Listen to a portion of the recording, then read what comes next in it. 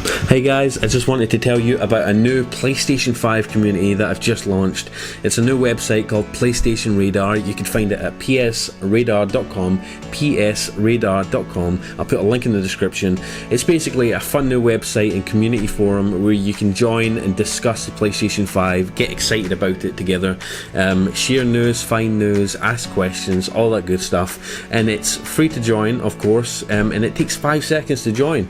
You just go on psradar.com, hit the sign up button, put a username and password and email in, and you're good to go.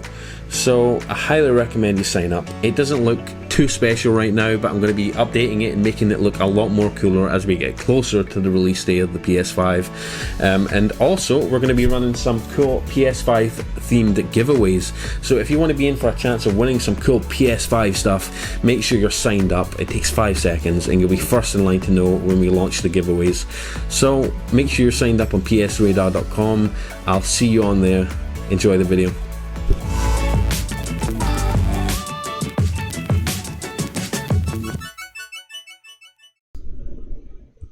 Welcome back to another video, guys. It's Blaze2k, and today we're going to be looking at the newly announced PlayStation 5 controller, the Sony DualSense controller. Now that's right, it's not called the Dualshock anymore, it's called the Sony DualSense. Now let's take a look at it. I'm going to give you my opinion on it. The internet is split in two different camps, with 80%, I'd say about 80% of people really not liking it and 20% of people liking it. Now I'm in the camp that doesn't like it, I'm afraid. I'm just not a big fan of it. It just doesn't look right to me. Let's take a look at it now. So here it is, the PlayStation 5 DualSense controller. This is what it looks like on the front. Oh, here's what it looks like on the front. It is white and black. I think they made a mistake choosing white as the main color. White does get grimy over time. I did have an original Xbox 360 controller and it did begin to look a bit dirty after a while, so I'm not sure how that white is going to hold up. I think they would have been much better going for black like they did with the DualShock 4, but they went with white.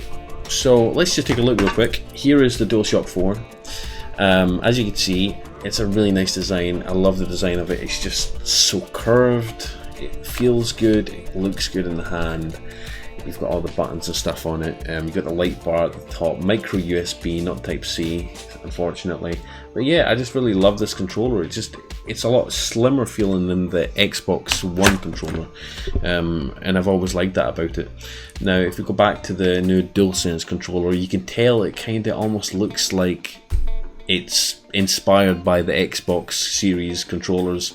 It does look a bit more boxier, it looks a bit more chunkier, and it does have some hard edges. It's almost as if they've taken the Xbox One controller and says we're going to slap our logo on it and do our version of it. So I do prefer the DualShock 4, I'm afraid, and I do like the black on the DualShock 4. I'm not a big fan of the white. Now it does seem to have all the same inputs that you would expect on a Sony controller. You've got your share button on your left, your options on the right, you've got your triangle, circle, square and X button.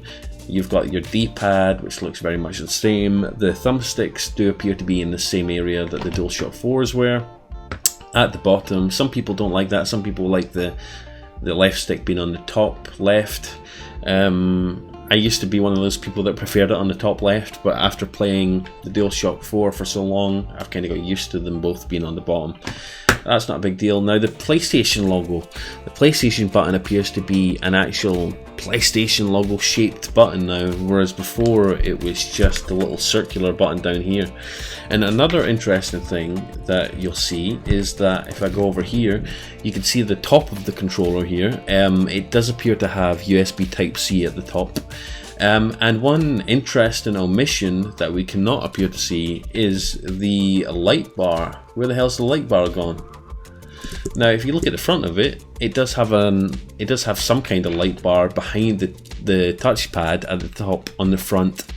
But would that work with VR? I'm not sure if it would, because the whole point of this whole light bar at the top was so that you could use it as like a sort of virtual reality controller and the camera detects the light, but I'm not sure how the light on this one would work, and it doesn't appear to have a light bar on the top of it, so Are they no longer supporting PlayStation VR? Does this mean that they're going to maybe release a new PlayStation VR that goes alongside it? Does it mean that they're going to support the DualShock 4 on the PS5? That would be kind of cool. Yeah, a lot of different questions that need to be answered.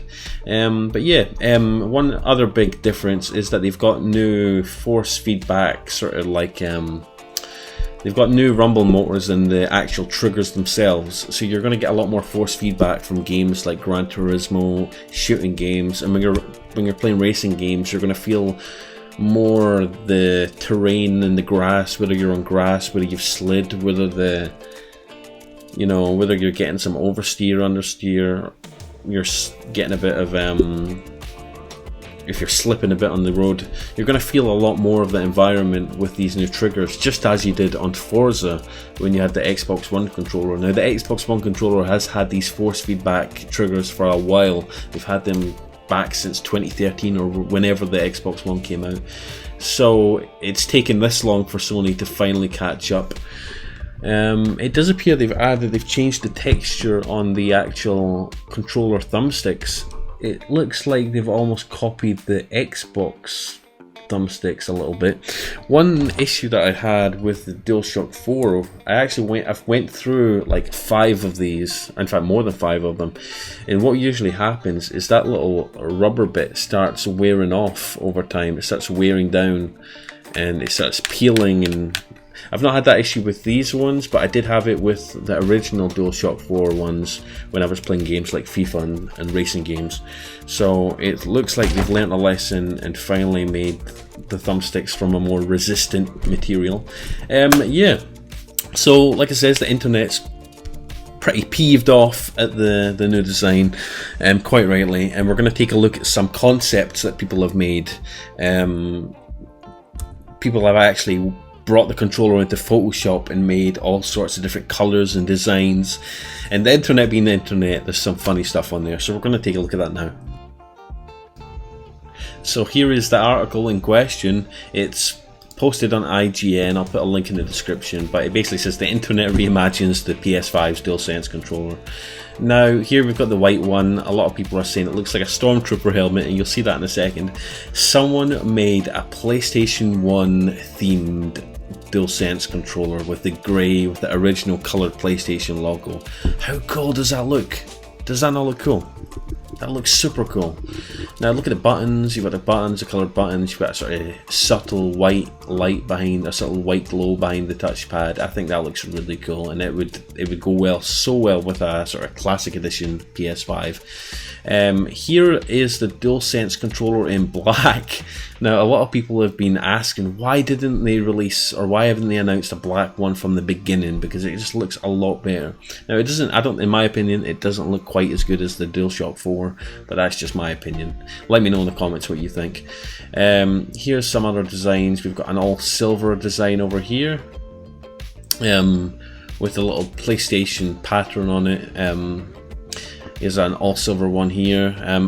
Funnily enough, I actually had an all silver PS2 controller back in the day. Oh, I like this navy blue one. This is cool.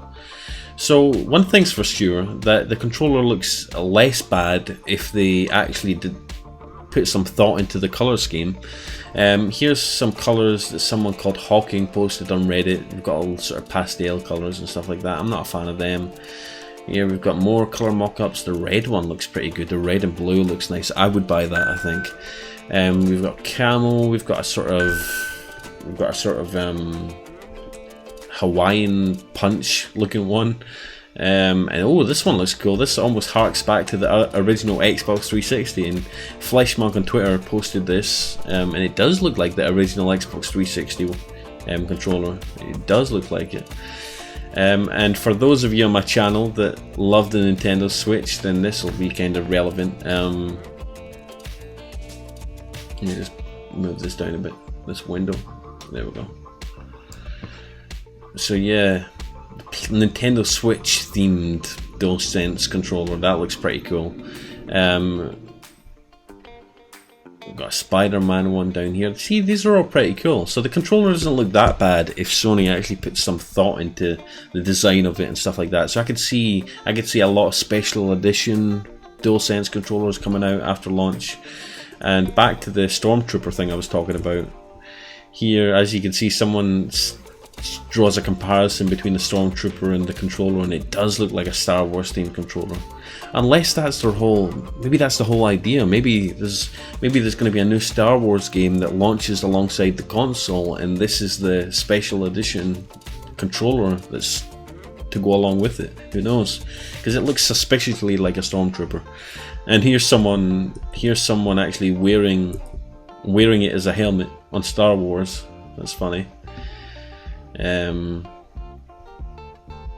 and it does look like WALL-E as well. It looks like that character from WALL-E. Yeah, a lot of people just posting memes about the controller design, just saying that it looks a bit silly. And there's, oh god, they've got a Borat themed Mankini one. That's crazy. But yeah, people are kind of going wild with the designs, and we've even got a Minions one there.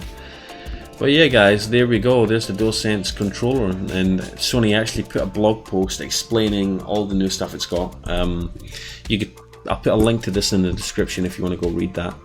But there it is, the new DualSense controller. I'm not a big fan, it's going to take a while to win me around to it. Like I says, I put a link to this article if you want to see, if you want to read what new features it's got.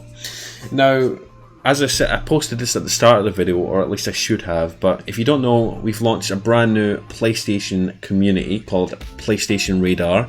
You can find it at psradar.com, so psradar.com.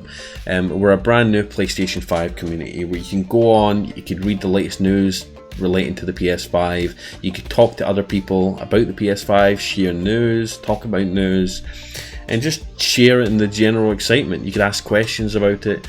So it takes 5 seconds to register. Just go on the site, hit that little sign up button over here, and sign up. Like it says, it takes 5 seconds to register. You just have to put your username in, your email, and create a password, and it's as simple as that. So go sign up. I'll see you over on the forums. We're also going to be doing some cool giveaways, so if you want to be first in line to hear about the giveaways that we're going to be doing, PlayStation 5 giveaways, then make sure you're signed up.